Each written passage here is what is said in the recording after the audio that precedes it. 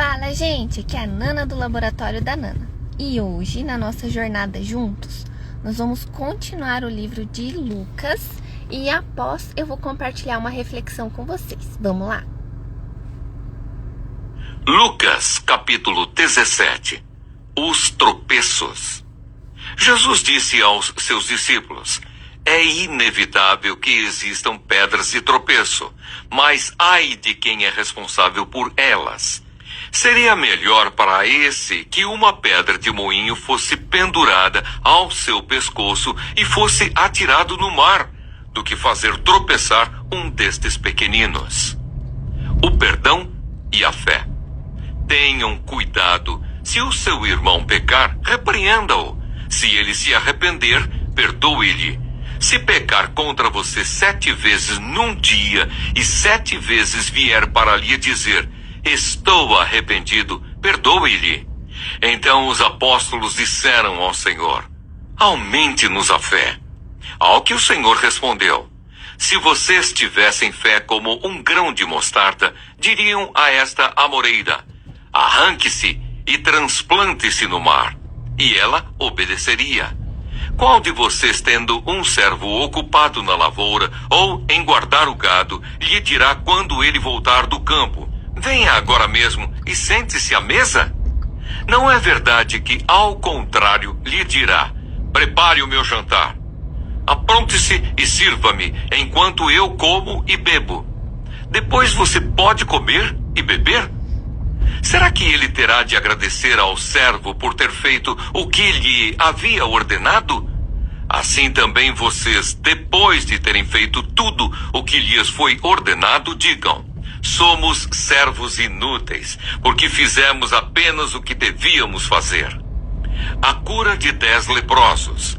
De caminho para Jerusalém, Jesus passava pelo meio de Samaria e da Galileia. Ao entrar numa aldeia, saíram-lhe ao encontro 10 leprosos, que ficaram de longe e gritaram: Jesus, mestre, tenha compaixão de nós. Ao vê-los, Jesus disse: vão e apresentem-se aos sacerdotes. Aconteceu que, indo eles, foram purificados. Um dos 10, vendo que estava curado, voltou dando glória a Deus em alta voz e prostrou-se com o rosto em terra aos pés de Jesus, agradecendo-lhe. E este era samaritano. Então Jesus perguntou: não eram 10 os que foram curados? Onde estão os 9? Não se achou quem voltasse para dar glória a Deus, a não ser este estrangeiro? E lhe disse: levante-se e vá, a sua fé salvou você. A vinda do reino de Deus. Indagado pelos fariseus sobre quando viria o reino de Deus, Jesus lhes respondeu: o reino de Deus não vem com visível aparência, nem dirão: ele está aqui, ou lá está ele, porque o reino de Deus está entre vocês. A seguir, Jesus disse aos seus discípulos: virá o tempo em que vocês desejarão ver um dos dias do Filho do Homem, mas não verão. E dirão a vocês: ele está aqui, ou lá está ele. Não saiam nem sigam essa gente, porque assim como o relâmpago que resplandece e brilha de uma extremidade do céu até a outra, assim será no seu dia o Filho do Homem. Mas é necessário que primeiro ele padeça muitas coisas e seja rejeitado por esta geração. Assim como foi nos dias de Noé, será também nos dias do Filho do Homem.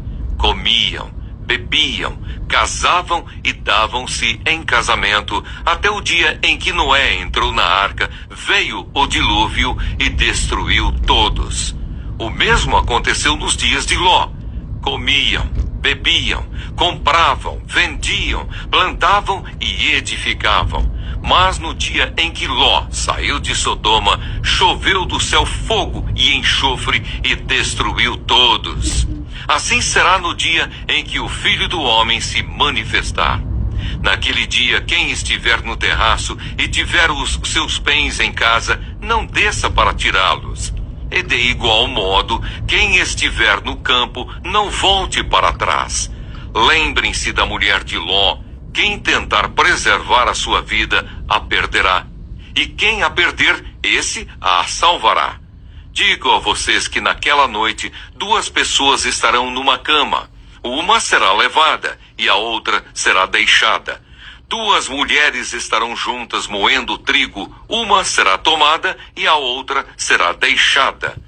2 estarão no campo. Um será tomado e o outro será deixado. Então perguntaram a Jesus: onde será isso, Senhor? Ele respondeu: onde estiver o corpo, aí se ajuntarão também os abutres. Lucas capítulo 18. A parábola do juiz iníquo. Jesus lhes contou uma parábola para mostrar que deviam orar sempre e nunca desanimar. Em certa cidade havia um juiz que não temia a Deus nem respeitava ninguém. Havia também naquela mesma cidade uma viúva que sempre o procurava, dizendo: julgue a minha causa contra o meu adversário. Por algum tempo ele não a quis atender, mas depois pensou assim: é bem verdade que eu não temo a Deus, nem respeito ninguém.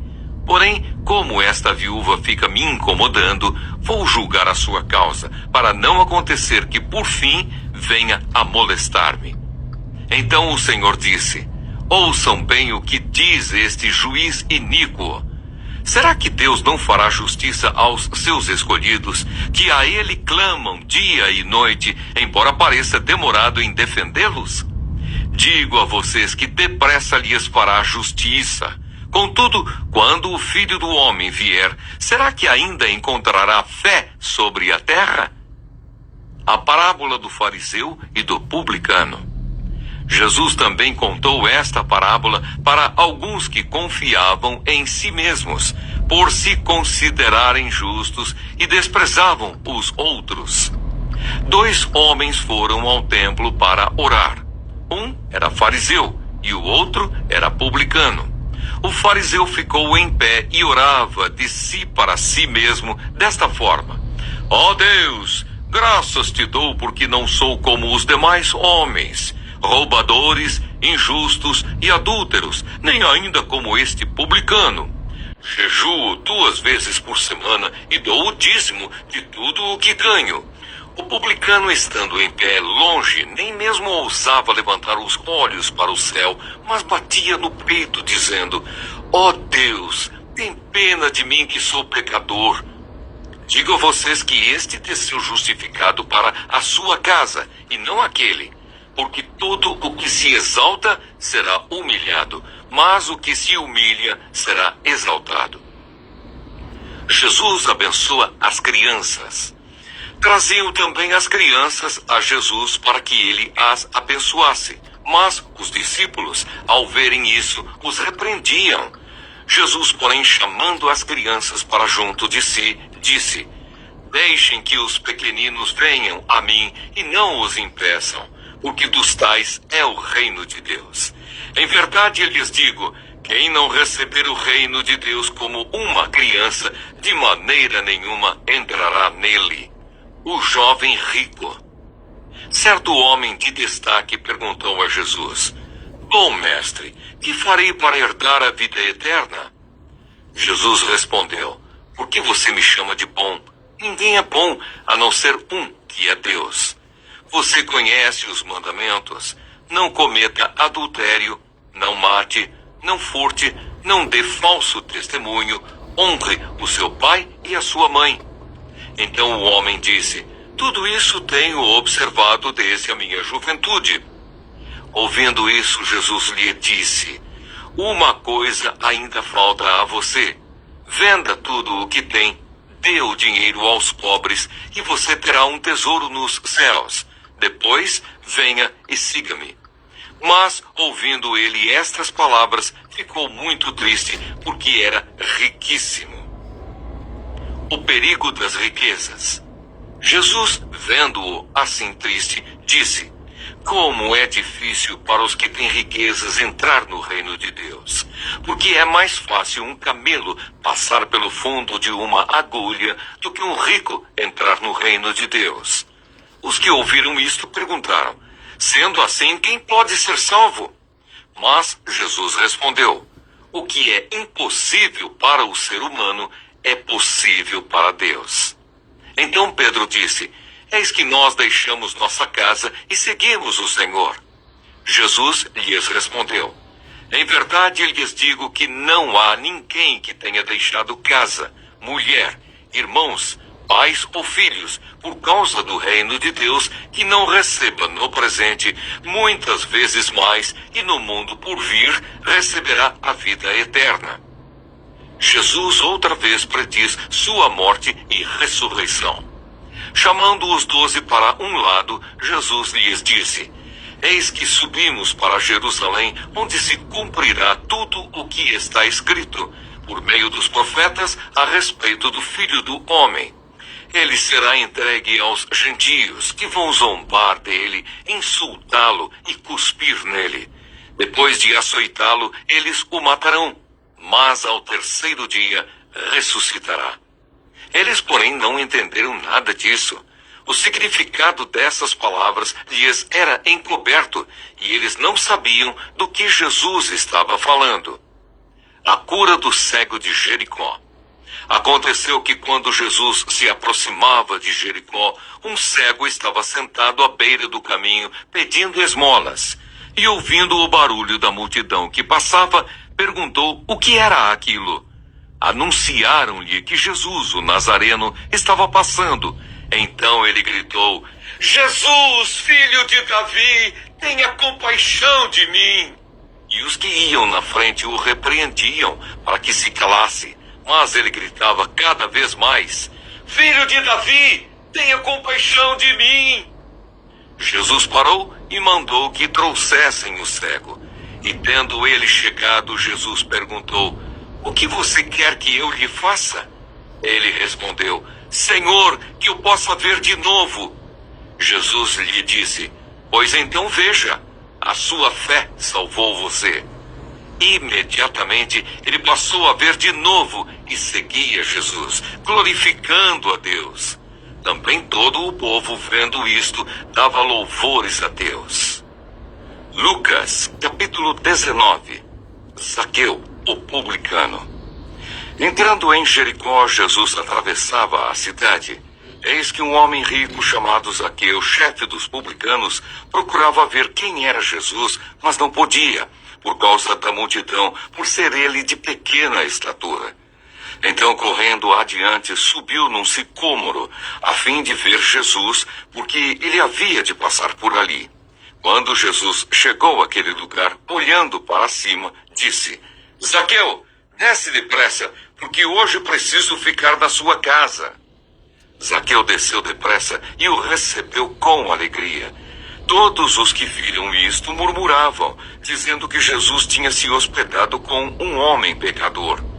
Zaqueu, por sua vez, se levantou e disse ao Senhor: Senhor, vou dar a metade dos meus bens aos pobres, e se roubei alguma coisa de alguém, vou restituir 4 vezes mais.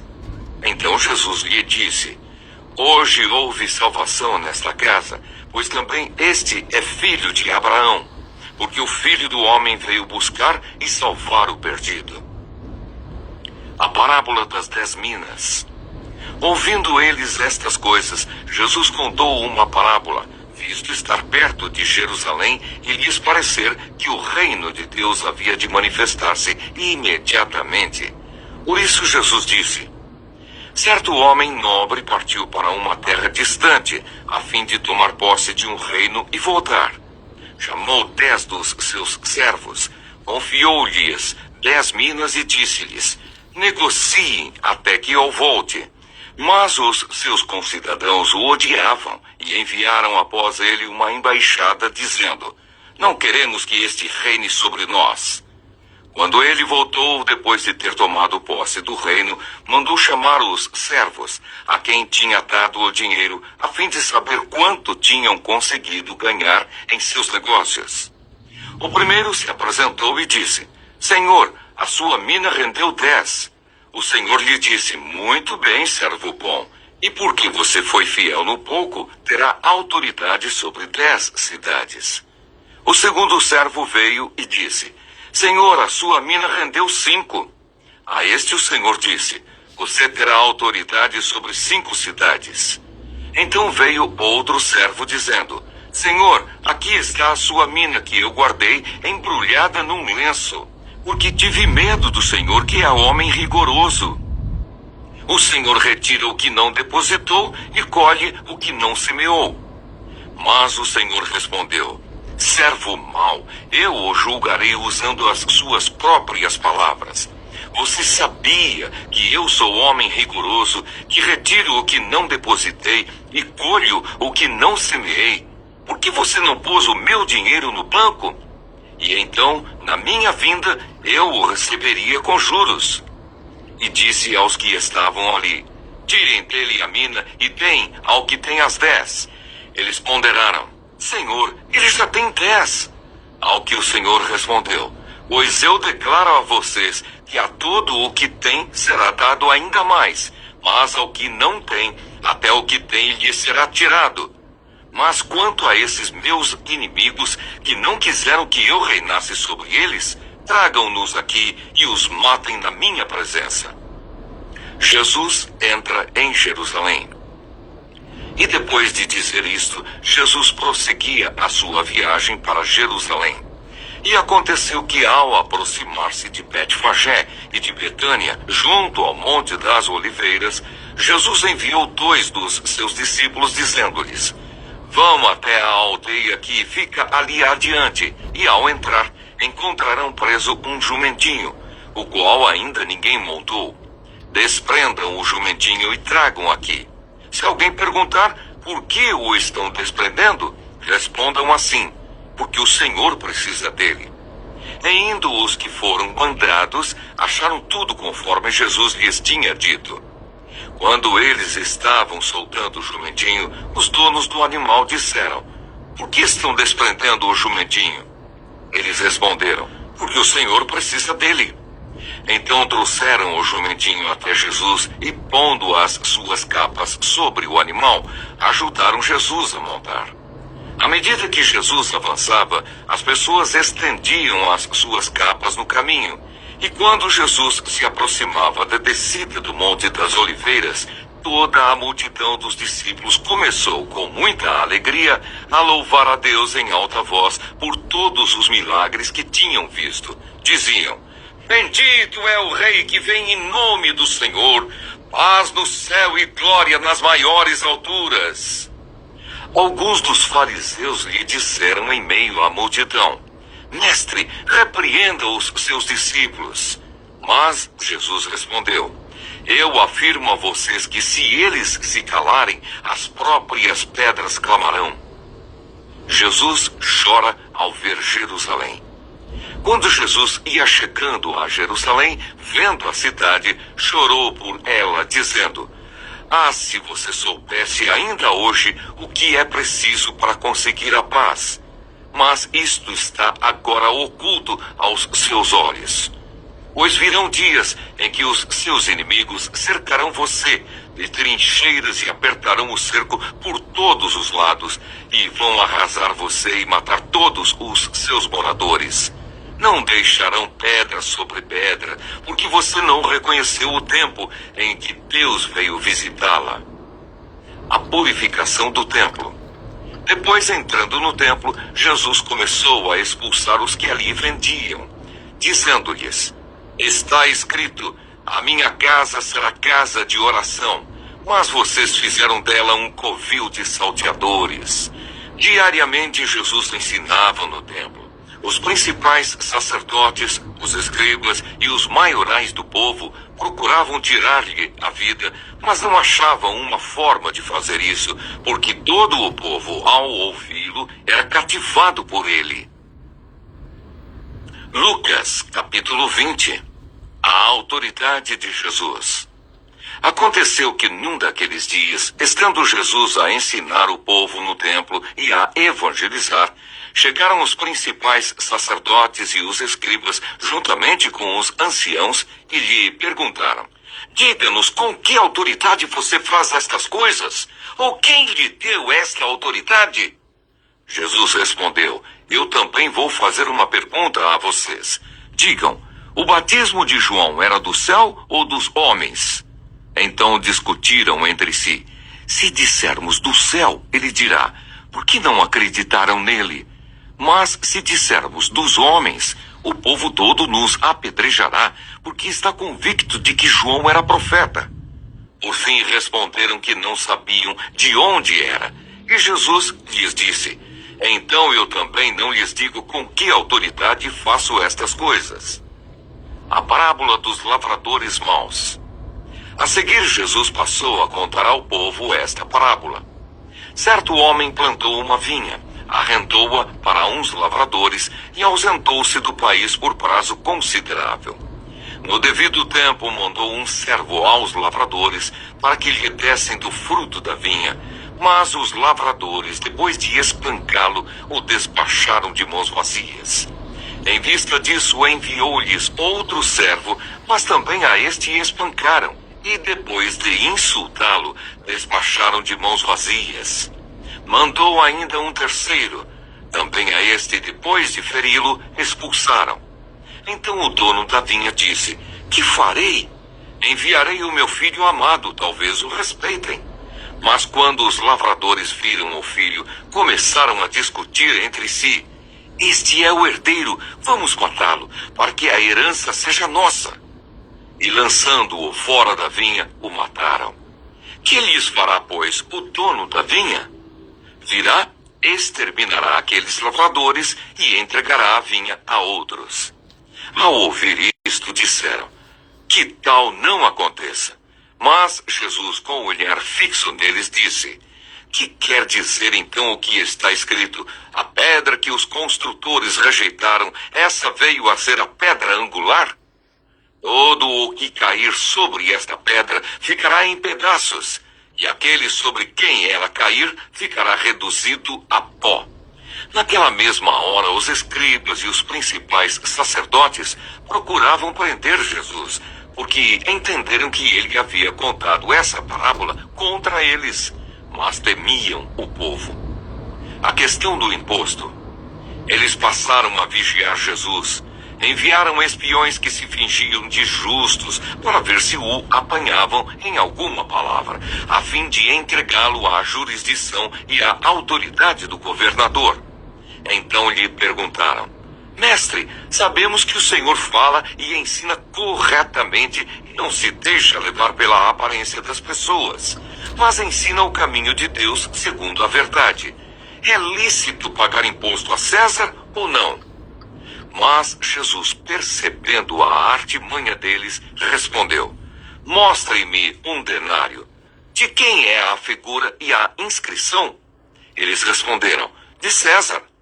Então Jesus lhes disse, pois deem a César o que é de César e a Deus o que é de Deus. Não puderam apanhá-lo em palavra alguma diante do povo, e admirados da sua resposta, calaram-se. Os saduceus e a ressurreição. Chegando alguns dos saduceus que dizem não haver ressurreição, perguntaram a Jesus, mestre, Moisés nos deixou escrito que se um homem casado morrer sem deixar filhos, o irmão desse homem deve casar com a viúva e gerar descendentes para o falecido. Ora, havia 7 irmãos. O primeiro casou e morreu sem filhos. O segundo e o terceiro também casaram com a viúva. E assim foi com os 7. Todos morreram sem deixar filhos. Por fim morreu também a mulher. Portanto, na ressurreição, de qual deles a mulher será esposa? Porque os 7 casaram com ela.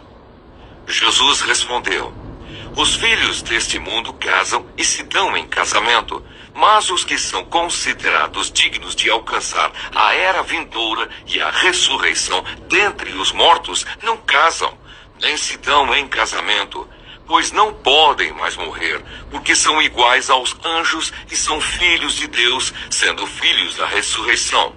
E que os mortos ressuscitam, Moisés o indicou no trecho referente à sarça, quando afirma que o Senhor é o Deus de Abraão, o Deus de Isaque e o Deus de Jacó. Ora, Deus não é Deus de mortos, e sim de vivos, porque para ele todos vivem. Então alguns dos escribas disseram, boa resposta, mestre. e não ousaram mais fazer perguntas a Jesus. O Cristo, filho de Davi. Mas Jesus lhes perguntou: como se pode dizer que o Cristo é filho de Davi? Pois o próprio Davi afirma no livro dos Salmos: disse o Senhor ao meu Senhor: sente-se à minha direita, até que eu ponha os seus inimigos por estrado dos seus pés. Portanto, Davi o chama de Senhor. Então, como ele pode ser filho de Davi? Jesus censura os escribas. Quando todo o povo estava ouvindo, Jesus disse aos seus discípulos: cuidado com os escribas, que gostam de andar com vestes talares e muito apreciam as saudações nas praças, as primeiras cadeiras nas sinagogas e os primeiros lugares nos banquetes. Eles devoram as casas das viúvas e, para o justificar, fazem longas orações. Estes sofrerão juízo muito mais severo. Bom dia, gente! Hoje vamos refletir sobre os capítulos 17, 18, 19 e 20 do livro de Lucas, que falam sobre fé e gratidão, a necessidade de perseverança, a vinda do reino de Deus e a autoridade de Jesus diante dos líderes religiosos. Lucas capítulo 17. Jesus ensina sobre o perdão, a fé e a gratidão. Cura 10 leprosos, mas apenas um, que era um samaritano, volta para agradecer. Também fala sobre a vinda do reino de Deus e alerta para estarmos prontos, pois o Filho do Homem virá de forma inesperada. Aqui aprendemos que a fé verdadeira se manifesta em gratidão e prontidão. Devemos viver atentos, com o coração cheio de fé e gratidão a Deus por tudo o que Ele faz. Lucas capítulo 18. Jesus conta parábolas sobre oração e humildade. A da viúva persistente e a do fariseu e publicano. Ele abençoa as crianças, fala com o jovem rico e cura um cego em Jericó. Aqui aprendemos que Deus ouve os que clamam com humildade e fé. A salvação não é conquistada por méritos, mas recebida com um coração simples e dependente do Senhor. Lucas capítulo 19. Jesus visita Zaqueu. Entra triunfalmente em Jerusalém e chora pela cidade. Também conta a parábola das minas, mostrando que cada servo será recompensado conforme sua fidelidade. Aqui aprendemos que Jesus veio buscar e salvar o que se havia perdido. Ele valoriza corações arrependidos e chama seus servos à fidelidade no que lhes foi confiado. Lucas capítulo 20. Os líderes religiosos tentam pegar Jesus em contradição, mas ele responde com sabedoria. Conta a parábola dos lavradores maus e fala sobre o imposto a César. Também ensina sobre a ressurreição e a supremacia de Deus sobre todas as coisas. Aqui aprendemos que Jesus é a pedra angular rejeitada pelos homens, mas acolhida por Deus.